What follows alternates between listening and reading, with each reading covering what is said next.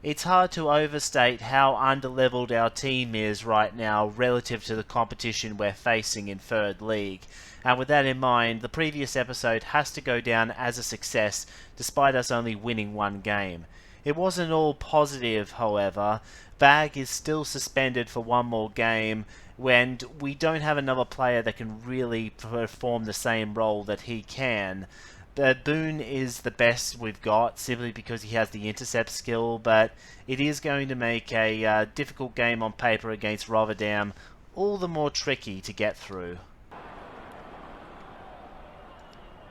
And that was interesting. I thought he was going to fire pass it to the forward. That really doesn't make much sense for him to do that. I'm going to start attempting riskier passes with the passing skills our team has learned so far. Not always, but occasionally. It's going to serve as a sneak peek of what to expect once my team has learned a lot of skills and can reliably cut down teams with better attributes through the use of these skills. These are still only level 1 passing skills, however, so I'm going to have to remain careful and weigh up the considerable risk of losing the ball cheaply versus the quality of the scoring chances I can create. Anyway, Rotterdam couldn't do much with the ball throughout this game, so it's going to end in another scoreless draw. And on the subject of Jerd, he's been gaining more defense and less accuracy in his level ups than I would have liked, but it's not the big deal that you may think it is, because eventually he's going to have Cannon Shot and Rainbow Feint, and once he has both of those skills, he'll be doing the majority of his shooting and scoring with those skills rather than his accuracy attribute. As for Draco, now this is a no-brainer. We're going to have to go universal midfield. So yeah, he's now at specialization level 2. In other news, I must congratulate Bournemouth for their newfound wealth, or at least former wealth. They spent 50 million on a midfielder this transfer window, which leads me to another talking point. You see, the mods I used to add the real-life teams in turned out to be pretty much cosmetic. Outside of sandbox mode, the game enforces an auto-balancing of the league pyramid at the start of a new save file. And whilst this hasn't drastically shaken up the hierarchy on a team scale, many individual players turned out very differently from their real-life counterparts. Hence why, for example, you just saw Nasir Chadli as a level 100 central midfielder, despite him being neither of those things in real life. Anyway, the Blackpool game is on screen now, and once again, it's been a reasonably good start from our perspective. This is the precise situation that Jerd having defense is for, because it actually gives us half a chance of taking the ball. And even though we missed, one of these days that might actually work. This was the closest Blackpool got to scoring for the rest of the half, but Scrimgour was able to make the goalkeeper tackle. Still 0-0, and notice how Blackpool do not have a sweeper or a universal defender. What this all means is we got a 3 shot on the keeper. It's not a very good shot, but it's enough to draw a corner. Trevitt comes up to attempt the header. Cross is good, header is good, but the goalkeeper has too much control and easily sees it off. And now we're on the back foot after Challenger misses a tackle a few actions later.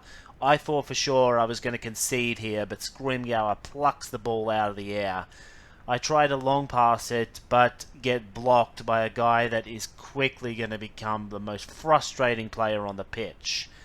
We are going to be able to see off this attack following a wayward pass and get another chance to counter. We're going to risk it. We're going to risk it. Oh, this guy keeps on... This guy is insane. He is rolling all of the max numbers. Pillinger is easily the man of the match at this point, but he keeps on getting let down by his front line, who once again cannot shoot it through. This time it doesn't even reach the goalkeeper, which means that despite all the chances I gave Blackpool, it's going to end in yet another scoreless draw. Attel has reached specialization level 1, which means it's time to find out what he can learn. That is a very interesting trio of skills there. All of them are very useful, but because they're all very useful, this is a tough decision. For Scrimgour, I'm taking level 2 playing out, because he's still got a few years left in him, and this will ensure that I don't have to train control with him ever. Back to Attel then. Head play and reaction would be a nice combination to have on a universal defender, but at the time of recording I followed a different line of logic. You see, I am eventually thinking of playing a 5 at the back formation with fullbacks. And if I'm going to be running fullbacks, slide tackle would be a great skill to have on them because they've got the mobility to chase down the ball handler and take the ball away. And since I've been having to play Attil on the wings anyway, it's only natural that he would eventually become a right back, which is what I currently have planned. Though I can always change my mind, make him a universal defender and take one of the other skills too. But for now, slide tackle it is. Doncaster are winless in the league so far, so maybe we have a chance to take advantage of a weakened opponent here. We're not going to be able to do it on the first few turns, however. Jerd misses that tackle, and then Squirrel decides to start slow rolling us, holds the ball up on the wing, and then after Delbridge misses his tackle, holds the ball up again a few tiles further up. Okay, that is bull. That is a bunch of baloney. The baloney amounts to nothing on this occasion, but the unlucky rolls continue for us with a bad layoff pass and a missed tackle resulting in a yellow card and a free kick for Doncaster. And in spite of them laying it off rather than taking the direct shot on goal... Oh man. Okay, that is depressing. Although I should not be complaining because low percentage shots are how we score most of our goals. It's only a 1-goal deficit, and we defend this corner kick perfectly, pushing everyone out and taking the ball. Unfortunately, their forward has slide tackle. Okay, that's not very nice. And neither is that. Challenger manages to strike back quickly, our first goal of the episode, but it does little to change the outcome. A few too many bad rolls result in us losing the toilet bowl. Bwah! Popejoy is young enough to justify training long pass up to level 2, so that's exactly what I decide to do. The maker of this English League mod gave Plymouth Argyle real player names, and full names at that, which is unusual because most of the teams that start with real player names in this mod only have last names. Regarding Chris Hurd, I found out after last episode that he was an Australian, and based on that I was willing to buy him, but when I went to record this episode I forgot all about it, so I guess we're just not going to buy Chris Hurd then. I'm going to make my recaps of the next couple of games rather brief because I'm looking to fit in both games of our first round cup tie into this video, and I always like to keep the videos brief. Besides, you're not missing out on much, at least not in this Plymouth fixture. They had their chances, but our defense managed to bounce back from the disappointment against Doncaster and keep a scoreless draw. Well, I say you're not missing out on much, but this match was more eventful than I remembered it being. We had our fair share of chances, albeit only one of them forced the goalkeeper to make a save. Anyway, Southend are fearful of our ability to score fluky goals and have decided to go 6 at the back. Though that is a very viable defensive strategy on this game because you don't have to commit that many players to attack to stretch the defense as long as the players you do commit have the right skills. Thought I could sneak a cheeky one-on-one with the keeper here, but the defender heads it away. Defenders are allowed to try and intercept the lofted pass if they're on the tile directly ahead of the recipient, and this actually thwarts us twice. I get another chance to loft it to Challenger late, but no. Defenders can also try to deflect the lofted pass if they are standing directly behind the recipient. Both players roll for heading ability if the defender is behind, whilst if he is in front, their heading roll has to beat the target square roll, the same number that the attacker has to beat in order to make an accurate lofted pass. It's time for Jerd to graduate to Universal Forward. He earned a combined 3 level ups from this match and gained 6 accuracy from them, so that attribute has pretty much caught back up to where it should be at this point.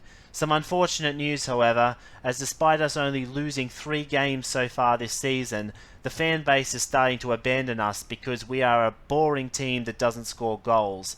And in the league table, a lot of the mid-table clubs have been trading wins with each other, and as a result, we are 5 points below safety at the halfway mark. Whilst one upgrade on its own isn't going to help our youth academy much, I do have some extra money that otherwise isn't going to be spent, so I go ahead and take this upgrade before our next graduate comes in.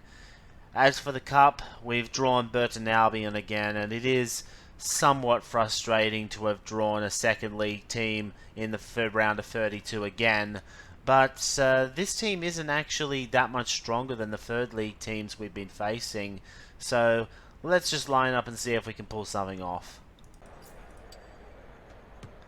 Oh wow! Oh wow! We've got a chance. But this is a very fragile lead that we're now trying to protect, as we still have another 117 actions or 176 minutes of football to go. We do well at first, but our case isn't helped when Bagg misses a tackle. He is really struggling to get anything right as of late. And a lofted pass gets through to a dangerous area, and Burton Albion are going to equalise. Compounding onto our issues is that Burton Albion have a number of Rainbow Feint users on their team, which could prove fatal to us. But Trivet is somehow going to hold out against the Rainbow Feint. Despite seeing off that attack though, we are in trouble as Burton Albion have the away goal. Lucky tackle here from Hutchinson gives us a chance to long pass, but it is cut out. Later on in the game, however, Hutchinson is going to get another chance, and it goes through this time, giving Challenger a one-on-one with the keeper. Ah, no corner. Oh, we needed that. We needed that. Oh, but he's motivated. We need this. Oh, and as if I didn't get baloneyed enough by Bagg being useless, the Zebra decides that's a straight red, which means we're going to have to go without our defensive mid for another 3 matches. I decide for this free kick to line up the majority of my squad on the back row in the box. However... Okay, I've just realised why this is a terrible idea. Because they got Rainbow Feint. I didn't think about that at all. And it's gonna cost us the win. I did manage to draw a corner off the ensuing kickoff, but Trivet was unable to get his head onto it, condemning us to a deficit that will be near impossible to recover from. With Delbridge, I was originally thinking of making him a defensive midfielder, but no intercept talent. And the reason why I wanted intercept is that you can eventually train that up to level 4 for a defensive mid, and once you do, the player receives a 50% bonus to defense, which is huge. But instead, Delbridge will have to become a universal midfielder. I'll take layoff pass, and I'll eventually teach him slide tackle. Second leg of the cup against Burton coming up, but I want to point out that I haven't pulled my sweeper from the lineup, and Burton have no less than 3 players on the pitch that can overpower Goldsmith's level 1 reaction. You might be able to guess where this is going. Roll the footage.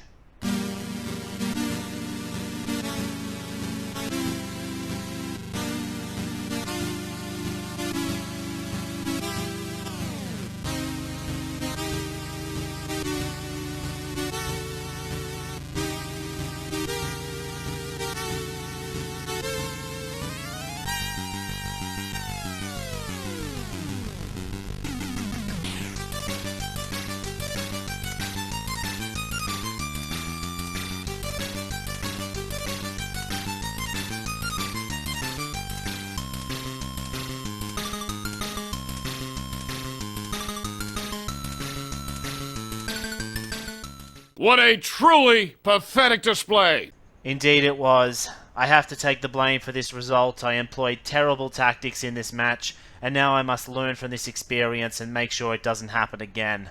I'm going to train Walton in his second level of layoff pass. Even if I don't end up using it that much, it should increase his player value if and when we have to sell him. Not a good episode then, as we slipped into the relegation zone by some margin and had no cup success whatsoever. On the other side of the mid-season break, we may have some big decisions to make.